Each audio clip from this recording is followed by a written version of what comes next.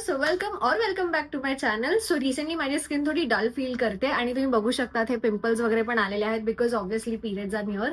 तर मी विचार केला की मी थोडं स्किन केअर रुटीन करते to get that glowy and glassy skin again. Why not share with you guys. So stay tune and let's get into the video.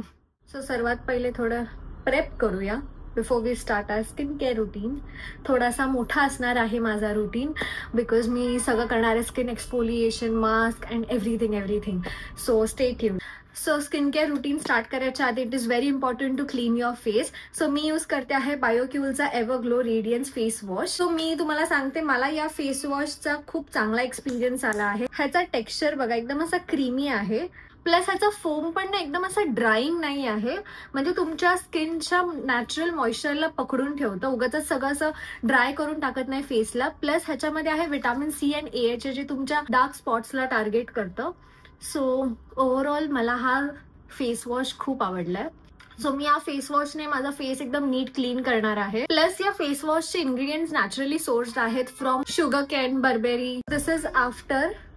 तुम्ही बघू शकता मी फेस पूर्ण असा रब केलाय तरी सुद्धा स्किन अशी ड्राय नाही फील होत आहे.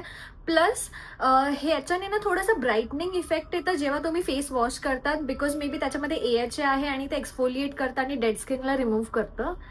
सो येस, ओव्हरऑल माझ्याकडनं थम्स अप आहे या फेस वॉशला. नंतर नेक्स्ट स्टेप आहे स्किन एक्सफोलिएशन. हे माझं फेवरेट आहे रेझर.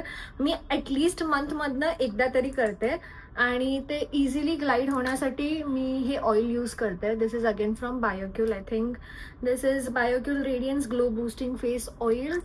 आणि म्हणजे असं काहीतरी फेसवरती यूज केलं ना, you can use anything. Moisturizer use करू शकतात, ऑइल यूज करू शकतात, ज्याच्याने तुमचा ब्लेड एकदम इझिली ग्लाईड होईल आणि सगळे केस लगेच निघतील. दिसतंय तुम्हाला माझी स्किन काय रिॲक्ट करते, बट मला प्रॉब्लेम होत नाही. एव्हरी मंथ मला असे पिरियड्स मध्ये पिंपल्स येतात बट त्याचे डार्क स्पॉट्स वगैरे सगळे जातात बिकॉज माझ्याकडे एक चांगला प्रोडक्ट आहे जे स्पॉटला टार्गेट करतं. So stay tuned. असं स्लॅंट मोशन मध्ये जायचं सो तुमची स्किन इरिटेट नाही होणार. मी पिंपलवाला एरिया आता अवॉइड करते बिकॉज उगाच त्याला अजून छेडखानी नको करायला आणि ऑइल असल्यामुळे हे केस इझिली निघून जातात.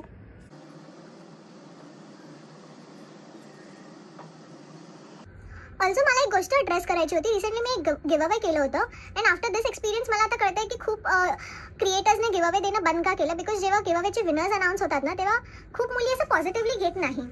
खूप मला पण नेगेटिव्ह कमेंट्स दिसले आणि see this is a give away. हे लकी ड्रॉ टाईप आहे. इन केस जर तुम्ही आणि 70+ मुलींनी पार्टिसिपेट केलं होतं आणि त्याच्यामधून फक्त 3 लोकांना सिलेक्ट करायचं होतं. So that is not easy. So आणि मी बोललेली पण होती की अजून असे गिव्ह अवे येणार आहे. So stay tune. आणि सगळ्यांनाच मिळेल असं नाही आहे ना, 3 लोकांनाच चूज करायचं होतं. कोणाकोणाचं तरी हार्टब्रेक होणारच. माझ्या हातात असं तर मी सगळ्या लोकांना दिलं असतं but it is not possible. So म्हणूनच मी लास्ट पण एका क्रिएटरची व्हिडिओ बघितलेली की तिला एवढं हेट मिळत होतं just because of give away. तर मग असं असतं की आम्ही शेअर करायला जातो बट देन असं नेगेटिव्ह हे बघून मग काम पण हॅम्पर होतं.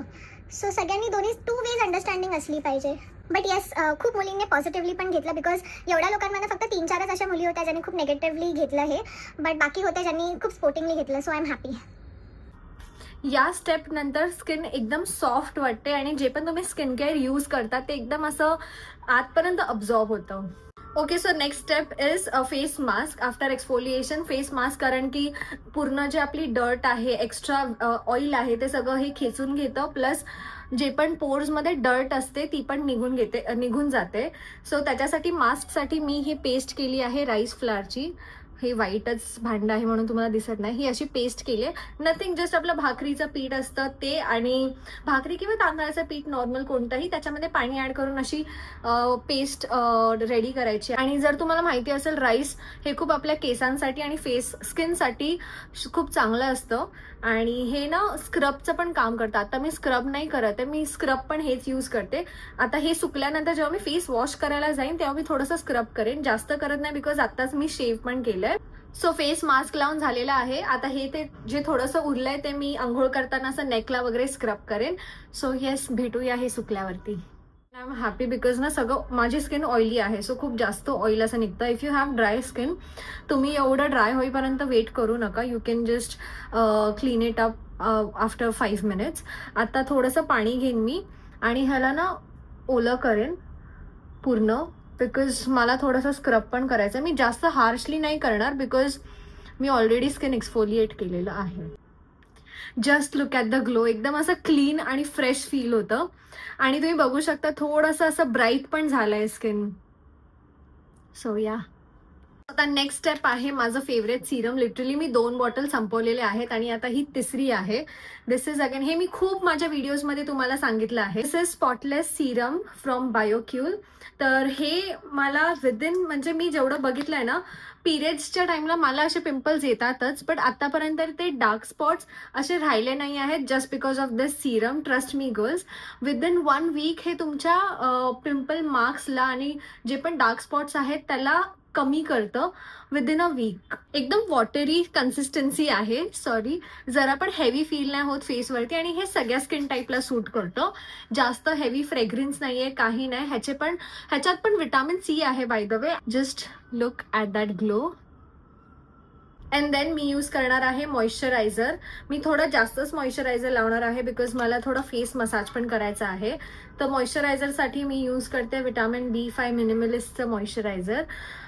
हे मी जास्त लावणार आहे बिकॉज मला थोडं मसाज करायचं आहे. मसाजने थोडं ब्लड फ्लो चांगला होतो स्किनमध्ये आणि डल नाही दिसत तुमची स्किन. दिस ग्वाशा हे मी नेहमी यूज करताना धुवून घेते डेटॉलनी किंवा फेस वॉशनी कोणत्या पण, आणि ह्याच्याने जस्ट असं लाईट हँडेडली मसाज करायचं आहे.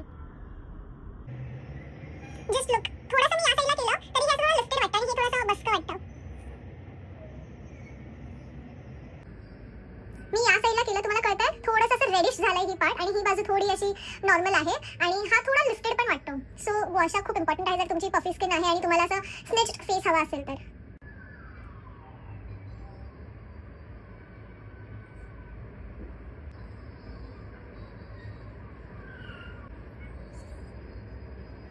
इनकेस तुमच्याकडे ग्वाशा नसेल तर तुम्ही हाताने पण असा मसाज करू शकता.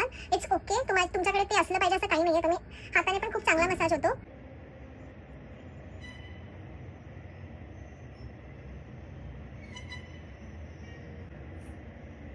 आणि मी युजुअली असं मसाज करते. So if you can see खूप कमी असे मार्क्स आहेत मला इथे एवढं स्ट्रेच केलं तरी पण.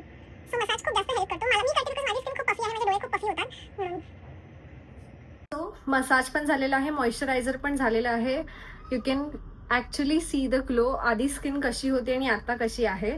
लास्ट स्टेप आहे माझी ही pimple cream, clindamycin and nicotinamide gel. हे मी माझ्या पिंपल स्पॉटवरती असं पिंपल ट्रीटमेंट म्हणून लावून ठेवेन. Yes, that's it. सो हे लास्ट नव्हतं, अजून एक गोष्ट आहे. स्किन केअर सोबत लिप केअर पण इम्पॉर्टंट आहे. सो या. Okay, so all done. You can see skin आता किती ग्लो करते आणि हे मॉइश्चरायझर किंवा ऑइल नाही आहे. मॉइश्चरायझर सगळं आत अब्झॉर्ब झालेलं आहे, त्याच्यानंतरची ही स्किन आहे. So yes, this was my glowy skin routine आणि लेट मी नो तुम्हाला हे कसं वाटलं. आणि हे मास्क, हे प्रोडक्ट्स, हे माझे नेहमीचे प्रोडक्ट्स आहेत, nothing different. So yeah, easy peasy routine आहे. लेट मी नो तुम्हाला असे अजून रुटीन बघायला आवडेल का.